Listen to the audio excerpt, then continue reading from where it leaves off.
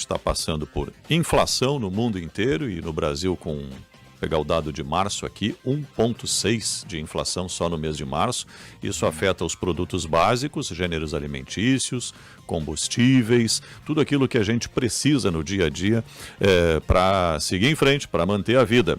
E esta semana teve mais um reajuste, desta vez sobre o etanol, de 4,5%, impactando especialmente na gasolina, porque tem um percentual de etanol que é misturado à gasolina aqui no Brasil. Por isso a gente vai conversar agora com o presidente do Sulpetro, João Carlos Dall'Acqua, para entender um pouco melhor este momento que vive o mercado de combustíveis. Presidente, bom dia, bem-vindo ao Jornal Gente. Bom dia, Sérgio. Bom dia, Guilherme. Um prazer falar com vocês e tentar, trazer um pouquinho de esclarecimento com um assunto tão duro quanto é combustível para todos nós, Exatamente. A gente teve aí uma sequência de reajustes do ano passado para cá, em função da política de preços da Petrobras, em função do cenário internacional agravado a partir de fevereiro com a guerra entre a Rússia e a Ucrânia e a inflação derivada da pandemia que está no mundo todo. Hoje o petróleo está em torno de R$106, R$107 o barril, estava em 106 dólares, estava em 80 dólares no ano passado, poucos meses atrás, e isso impacta de forma muito contundente. E agora a gente tem um outro efeito, que é a questão do etanol. O que está acontecendo com o etanol que provocou esse reajuste e, evidentemente, vai para a bomba, vai para o consumidor, presidente?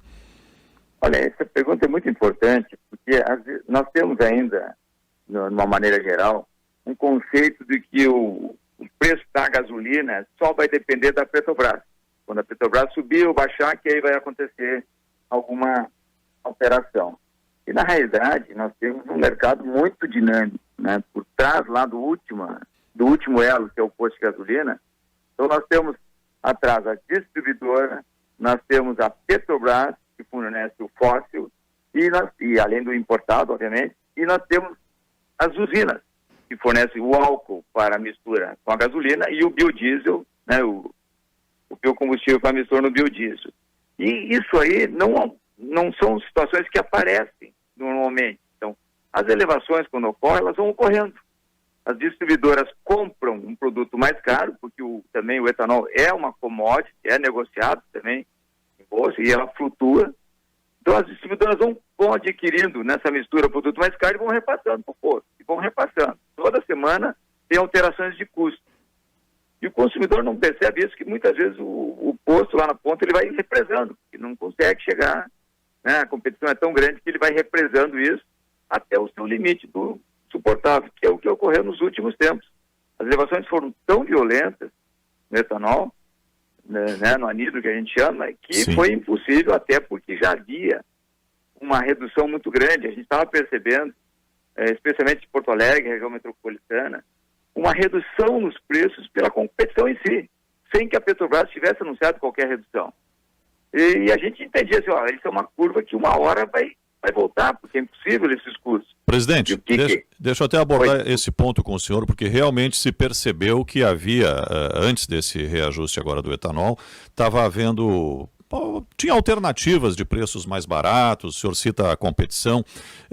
Além da competição, também tem uma redução de consumo, alguma coisa nesse sentido que fez com que o comerciante tivesse que se adequar, fazer promoções, coisas do gênero para poder comercializar, poder vender?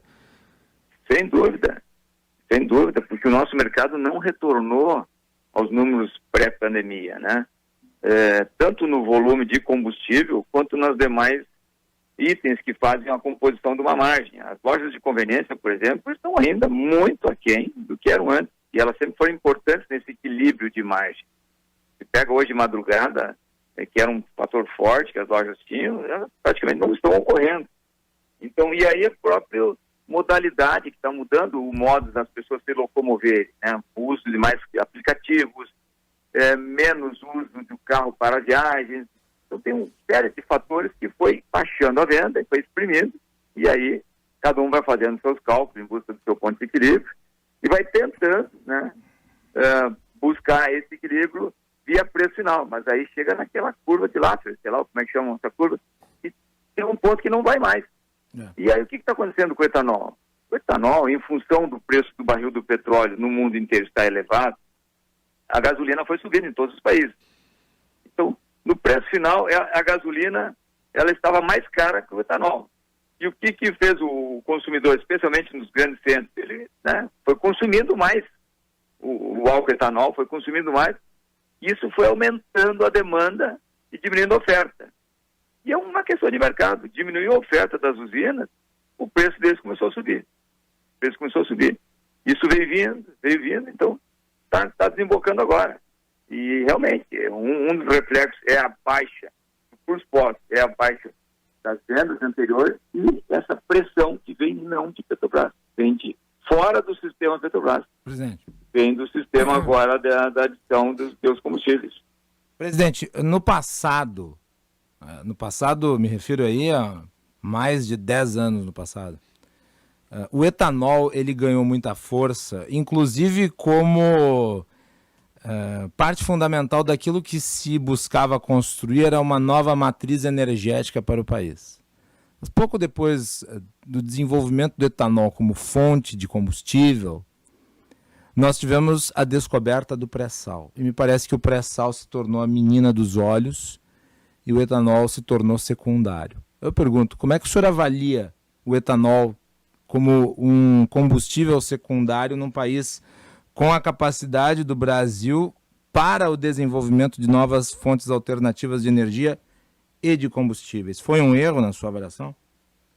A gente lamenta, né? No sentido de desestimular o etanol. Exatamente porque, como você disseste, a partir do pré-sal, começou as maiores explorações,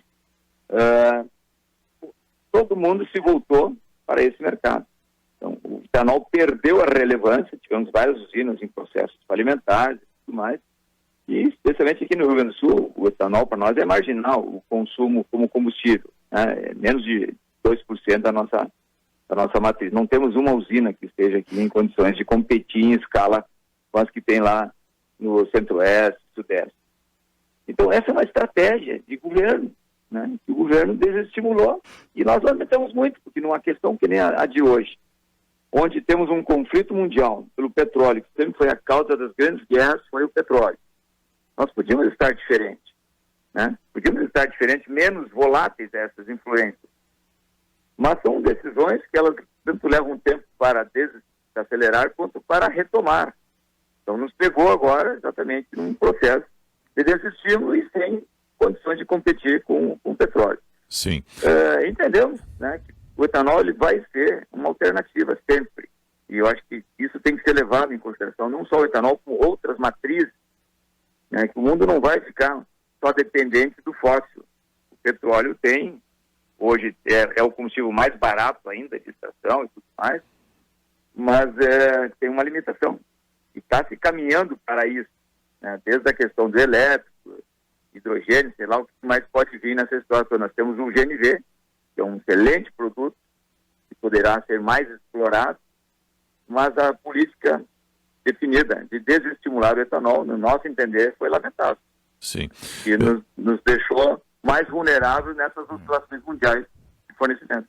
Qual é a média de preço hoje praticada nos postos de Porto Alegre para o etanol e para a gasolina? A gasolina tem promoções, vai a R$ 6,80, R$ 6,90, mas pode chegar até R$ 6,50, dependendo do tipo de promoção de cada posto, né?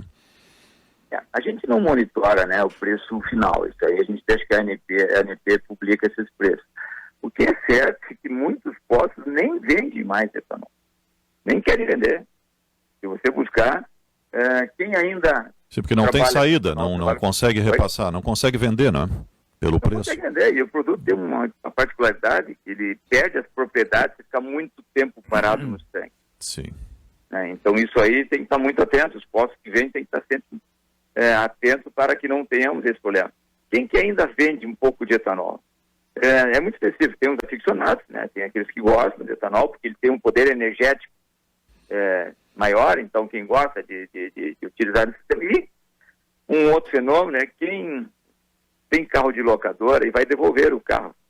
E aí quando ele vai encher o tanque, ele não quer saber se é gasolina, se é etanol, ele bota o mais barato, né? Então aí, às vezes os postos que estão mais próximos de locadoras, aeroportos, essas situações ainda vendem um pouco mais do que o restante. mas uma grande maioria não tem mais nem etanol à venda nos postos. E isso é interessante, porque a época do surgimento do etanol como uma alternativa, nós tivemos a produção dos chamados carros flex. O meu carro, por exemplo, é flex, e eu nunca coloquei nada a não ser gasolina nele. Coloca o etanol junto com a gasolina, né? O percentual que vem com a gasolina. Na gasolina, mas não ele, apenas ele, né? O flex veio revolucionar, né? Os motores flex vieram revolucionar. Na época parecia ser uma grande solução para o país. Mas hoje a maior parte que tem o carro flex não usa. Ele usa um produto específico, né? Ele usa praticamente a gasolina. E aqui no Rio Grande do Sul também nunca foi incentivado o consumo de etanol, porque como a gente não tem produção, a matriz tributária ela se equivale à gasolina.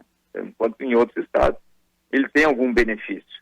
Então é uma situação que para nós, no Rio Grande do Sul, o etanol ele impacta nesses 27%, né, que é a composição da gasolina, mas no consumo específico como combustível direto, ele é quase insignificante aqui. Sim. Presidente, esse reajuste sobre o etanol pegou vocês de surpresa e que projeção se faz daqui para frente, não só em relação ao etanol, mas também à gasolina, ao óleo diesel? Como é que vocês estão trabalhando com o plano futuro? Inclusive no diesel a gente está preocupado, porque essa questão da paridade que a gente acompanha com o preço internacional, na gasolina hoje ela está próxima. Entendeu? O nosso preço praticado aqui pela Petrobras está nivelado com o preço internacional, digamos assim. Mas no diesel não. No diesel ainda existe uma defasagem. Então a gente não sabe se a Petrobras em si vai segurar isso, se ela vai repassar, porque aí diesel já impacta toda a cadeia, né? Especialmente na pressão dos caminhoneiros, que a gente teve aquela situação no passado que assustou todo mundo. Então a gente está atento ao que vai acontecer com o diesel. Na gasolina estamos entendendo que a Petrobras agora não vai fazer movimento nenhum de elevação, né? Só que ela está sofrendo esses outros impactos. E a gente espera que a partir aí de maio alguma situação distensione um pouco isso com um novo fornecimento. Mas vai depender, né? Vai depender de muitos fatores. Então a gente não consegue fazer previsões. O que temos ocorrido aqui também, o Rio Grande do Sul tem uma característica de baixo volume por posto. É uma das menores médias de venda do país. Então nós estamos aqui com uma média de 140 metros, né? 140 mil litros, digamos assim, por posto. Isso é uma venda muito baixa, em termos de média nacional. Então vocês já têm percebido aí um encerramento de atividade de vários postos. Estamos em Porto Alegre, pegando a Zona Sul, você vindo ali na região do hipódromo ali, você vê que na faixa preta fechou, na curva que era o antigo posto Falcão fechou, na subida, quem vem aqui para descer para o Beira Rio fechou aquele, aí você desce, tinha um do lado ali do asilo, fechou, na sequência lá na Praia de Belas fechou outro. Então assim, porque essa equação ela vai estar levando a essa concentração e uma necessidade de maior volume, porque a margem baixou muito. A partir do momento que o preço de paridade internacional adotado pela Petrobras, a margem dos postos começou a despencar. Pela competição, sei lá, os fatores outros. Então esse fenômeno está acontecendo no Rio Grande do Sul e em todo o Brasil, né, de maior concentração, aumento das redes. Então a gente vai monitorando e ficando alerta, né, para que não se crie anomalias. Isso que é o que mais nos preocupa. Porque num produto que tem 40% praticamente de carga tributária, se alguém tem uma anomalia ocorrendo ali, isso dá um diferencial muito grande. A gente está sempre junto com a Cefaz, com todo mundo, para ficar atento a esses processos, né? Sim. E outros fatores que a gente tem que estar muito atento também, em questões de problemas de equipamento, como se diz, a famosa bomba baixa, que a gente aqui no Rio Grande do Sul é pouco, mas não podemos perder a mão disso, sabendo que mercados que nem São Paulo, né, temos o crime organizado infiltrado no setor. Isso é uma situação já identificada pela ANP e pelos órgãos.